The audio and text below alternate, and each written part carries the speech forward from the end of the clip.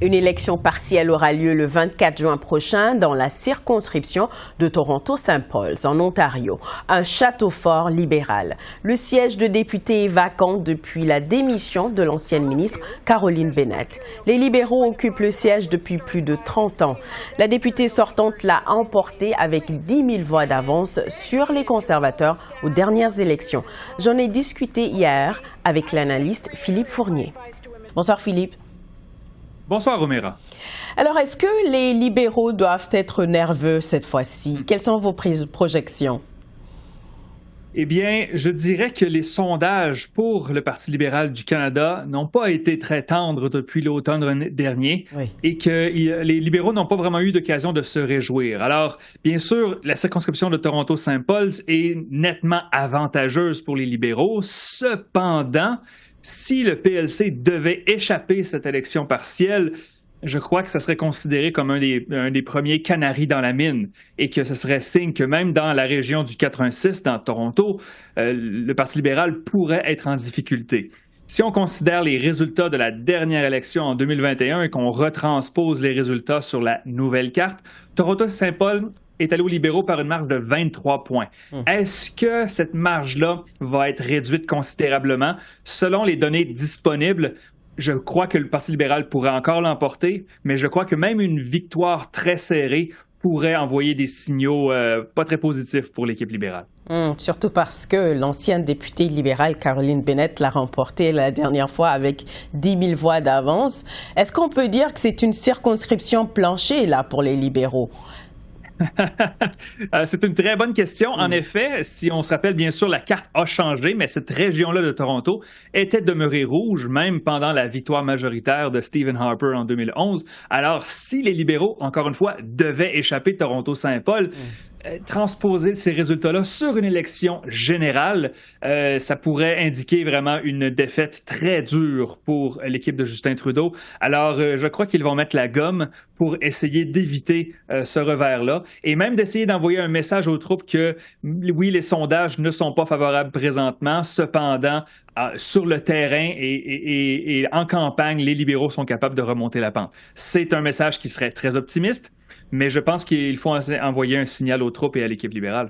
Justement là-dessus, quelles seraient les conséquences pour les libéraux si les conservateurs causaient la surprise là?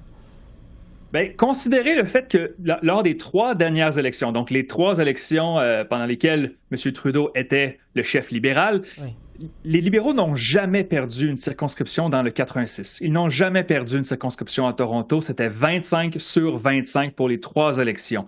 Alors, imaginez la perception, l'optique. Pour la première fois, la forteresse libérale de Toronto, on pourrait percevoir des cracks dans les fondations pour le Parti libéral. Et donc, on regarde les chiffres à travers le pays. Les libéraux ont perdu beaucoup de points en Colombie-Britannique. Ils ont perdu des points en Ontario. Ils ont perdu des points dans les provinces de l'Atlantique, au Québec. S'il ne reste plus Toronto et Montréal dans une moindre mesure, que va-t-il rester à l'équipe libérale lors de la prochaine élection générale? Mais on le sait, les élections partielles, c'est parfois l'occasion pour l'électorat de lancer un message fort. Est-ce que ça pourrait relancer les questions sur le leadership de Justin Trudeau, à votre avis? C'est une très bonne question. Je crois que ces questions-là sont présentes en permanence présentement. Elles ont émergé à l'automne alors que les libéraux traînaient par 10 points dans les sondages. À l'hiver, c'était 15 points. Maintenant, c'est 18 à 20 points.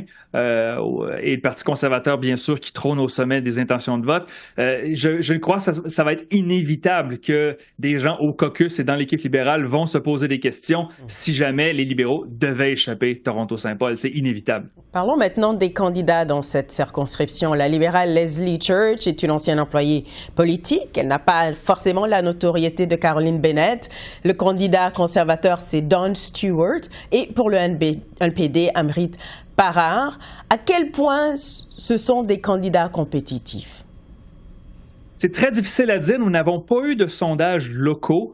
Cependant, et je pense que c'est important de le rappeler, dans des circonscriptions, particulièrement les circonscriptions urbaines, les candidats locaux ont peu d'influence sur le vote. Certains candidats, oui, arrivent à bonifier leur score par leur propre notoriété, mais dans ce cas-ci, je dirais qu'il n'y a aucun des candidats vraiment qui se démarque comme étant une vedette ou une vedette potentielle, du moins pour l'instant.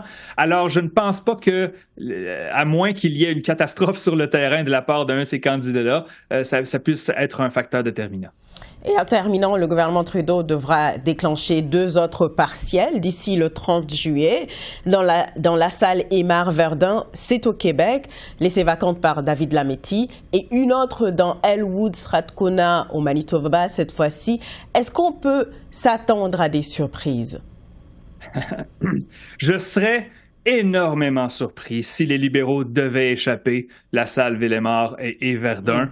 C'est une région de Montréal qui a voté traditionnellement rouge et en plus, il y a une certaine division du vote. Le Bloc québécois autour de 20%, le NPD aussi. Alors, ce serait extrêmement surprenant que les libéraux échappent cette circonscription.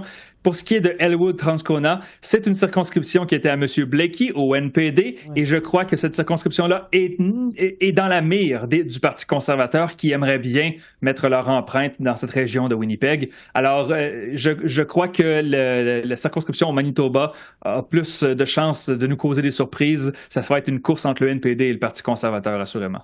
Philippe Fournier, merci beaucoup. Toujours un plaisir, Oméra.